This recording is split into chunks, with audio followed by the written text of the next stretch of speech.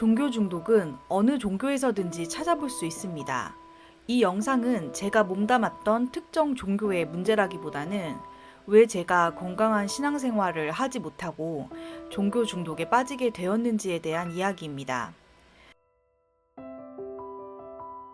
저는 그 모진 세월을 지나오며 중독 문제에 빠지지 않고 살아왔다는데 스스로 자부심을 느끼고 있었습니다. 술도 마시지 않았고 온라인 게임도 하지 않으면서 그 힘든 시간을 살아왔으니 내 정신력이 스스로 대단하다고 감탄할 때도 있었습니다. 하지만 저는 중독자였습니다. 아주 오랫동안 제가 중독 문제를 가지고 있었다는 사실을 자각하는 데에서부터 변화가 시작되었습니다. 저는 종교에 중독되어 있었고 종교 외에도 돌봄에 중독되어 있었습니다.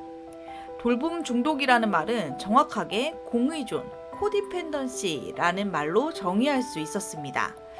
누군가 나를 필요로 하고 있다는 데에서 스스로의 가치를 찾는 자존감이 낮은 사람들입니다.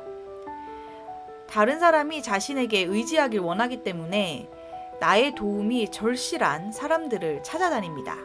누군가 나를 필요로 하는 이상 나는 버림받지 않기 때문입니다. 공의존자는 나보다 잘나고 배울 점이 많은 사람보다 나의 도움이 필요한 사람에게 이끌립니다. 심리상담사나 사회복지사, 의료인 같은 직업을 많이 선택하고 하향온 결혼을 많이 합니다. 주면 줬지 받고서는 두 다리 뻗고 잘 수 없는 사람들이죠. 또한 공의존자는 문제에 중독된 사람들입니다. 자신의 문제를 외면하기 위해 끊임없이 타인의 문제를 찾아 해결하는 데 집중합니다. 타인에게는 한없이 책임감이 강하면서도 자신에게는 한없이 무책임한 존재. 공의존자는 바로 저였습니다.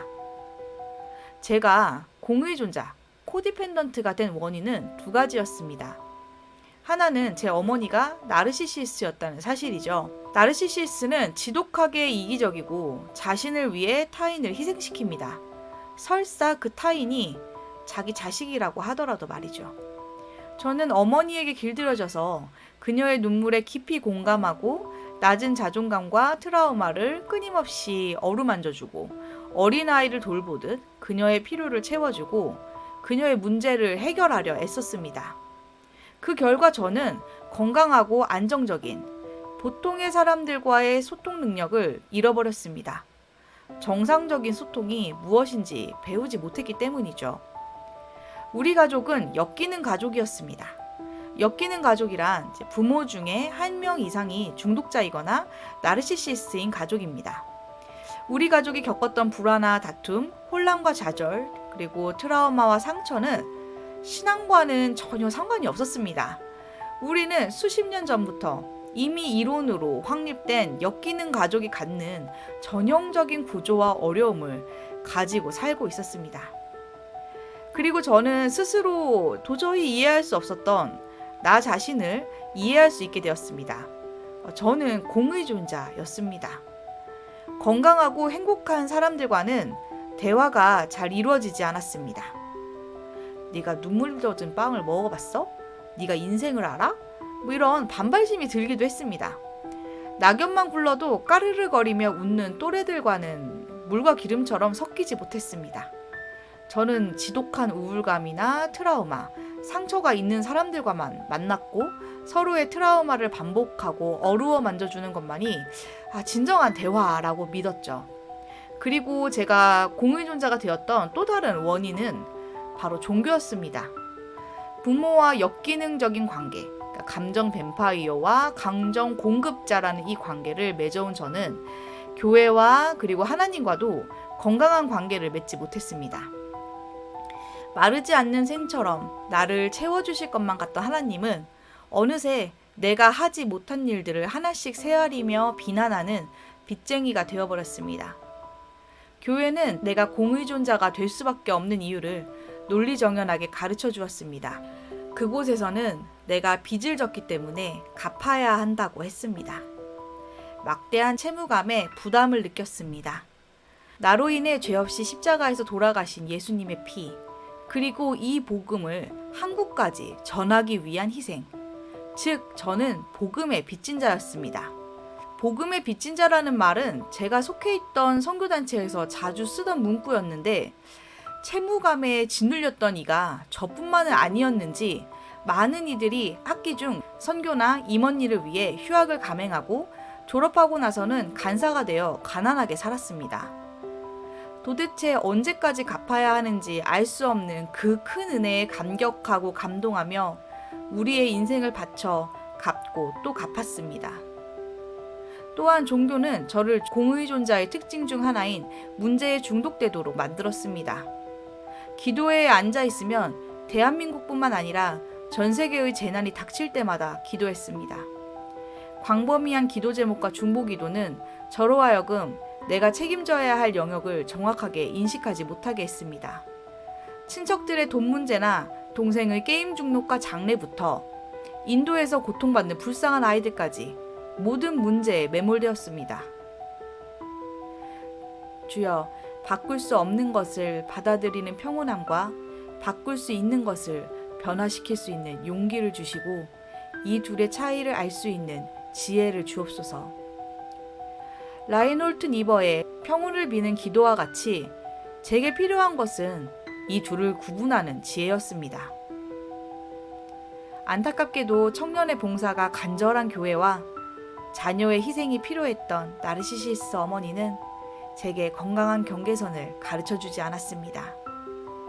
거절하면 순종하지 않는다고 했고 내 일이 아니라고 하면 이기적이라고 했습니다. 교회의 어머니는 나의 시간과 에너지를 당당하게 요구했고 하나를 주면 열을 또 달라고 했습니다. TV에서 아프리카나 인도의 아이들이 힘들게 사는 모습을 우연히 보게 되면 방으로 들어가 엉엉 울면서 기도했습니다. 선교사가 되어야 하나? 작정헌금을 해야 하나? 어디까지가 내가 책임져야 하고 책임질 수 있는 영역인지 구분하는 법을 배우지 못한 나는 남의 문제에 집착하고 매몰되었습니다. 그럼에도 도움은커녕 오지랖이 되는 경우가 태반이었고 상대가 고마워하는 경우는 손에 꼽았습니다. 중독은 현실로부터 도망치는 데 그 목적이 있습니다. 중독자들은 탈출구를 찾아간 겁니다. 낮은 자존감, 스스로 충분하지 못하다는 기분, 수치심, 죄책감, 도망가고 싶은 열망, 현실을 고치고 싶은 마음, 고통스럽고 슬픈 감정을 무디게 하고 싶은 마음, 알코올 중독 등 다른 중독처럼 종교 중독도 마찬가지입니다. 종교 중독은 현실로부터 탈출하는데 내 자신이 가치 있다고 느끼기 위해, 내가 괜찮은 존재라고 느끼기 위해, 무언가를 바꿔 고치기 위해 하나님과 교회와 신앙을 이용하는 것입니다. 이것은 공의존의 모습이었습니다. 외부로부터 나의 가치를 찾는 것이죠. 무언가 보이지 않는 궁극적인, 초월적인 외부의 존재가 내 삶을 더 나아지게 만들고 나를 사랑받는, 가치 있는, 좋은, 인정받는 존재로 느껴지게 만들어줍니다. 거기서 더 나아가서 외부의 그 어떤 존재가 우리를 고쳐주거나 구해줄 것이라고 믿습니다. 그리고 그 외부의 존재에 더 의존하게 됩니다. 종교의 가르침에 따르면 우리의 가족 안에는 행복과 사랑이 가득 차야만 했습니다. 하지만 중독의 수준이 되어버린 종교는 우리 가족에게 분노와 정죄, 완고함, 완벽주의, 통제, 조종 같은 역기능만 남겼습니다. 이는 다시 저로 하여금 죄책감이나 수치심을 갖게 만들었고 더 중독에 깊게 빠지게 만들었습니다. 점점 제 삶은, 그리고 우리 가족의 삶은 안 좋아지고 있었습니다. 저는 공의존자의 큰 특징 중 하나인 놀라울 정도로 높은 인내심을 가지고 있었습니다. 결코 포기하지 않는 끈질김을 가지고 있었습니다. 우리 가족이 변화될 거라고 믿었고 더 많이 기도하고 봉사하고 성경을 읽었습니다. 하지만 변화는 쉽게 찾아오지 않았습니다. 모든 것을 하나님께 맡겼으나 변하지 않는다는 건 하나님의 뜻이라고 생각했습니다. 그래서 하나님께서 고난과 역경을 주셨다고 믿게 되었고 나 자신을 욥이라고 생각하며 피해자 위치에 놓았습니다. 그리고 하나님께서 내 어깨에 지워준 십자가를 메고 꿋꿋이 걸어갔습니다. 하나님께서 기적을 행해 주시길, 내 삶을 변화시켜 주시고 의의 면류관을 씌워 주시기를 기다렸습니다. 저는 놀라울 정도로 끈기 있고 인내심이 있었고 결코 포기하지 않았습니다. 그렇게 저는 신앙적으로, 종교적으로 우리 가족의 문제를 해결하려 30년을 아등바등 거렸습니다. 하지만 이미 수십 년 동안 수없이 많은 사람들의 경험과 전문가들이 만들어 놓은 학문적인, 그러니까 세상적인 이론으로 접근하니까 뿌연 안개와 같았던, 뜬구름 잡는 것 같았던, 허공에 발을 동동 띄우고 형체를 잡지 못했던 그 문제들이 하나씩 선명하게 보였습니다.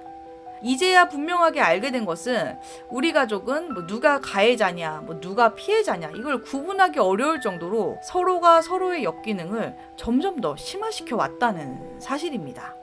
이건 도미노 같기도 하고 굴릴수록 더 커져가는 눈덩이 같기도 했습니다. 또 하나 분명하게 깨달은 것은 변해야 할 사람은 내 가족이 아니라 나 자신이며 변화를 위해 행동해야 하는 주체는 신이 아니라 나 자신이라는 점이었습니다. 저는 지난 8년 동안 종교 디톡스를 하고 있습니다.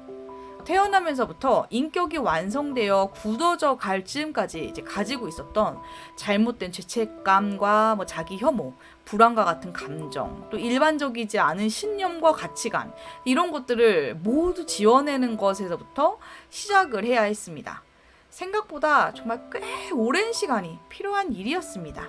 누가 내 어깨에 지워준 건지 알 수 없는, 하지만 분명한 건 신이 준 것이 아닌 그 십자가와 멍에를 내려놓고 가볍게 걸어갑니다.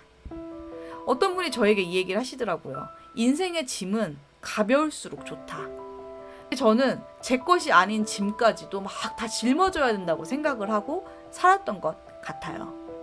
그리고 내가 가장 돌봐야 되는 사람, 내가 정말 책임져야 하는 사람, 그리고 누구보다도 정말 변해야 될 사람은 나 자신이라는 것을 상기하면서 걸어가고 있습니다. 그럼 다음 영상에서 또 만나겠습니다. 끝까지 들어주셔서 감사합니다.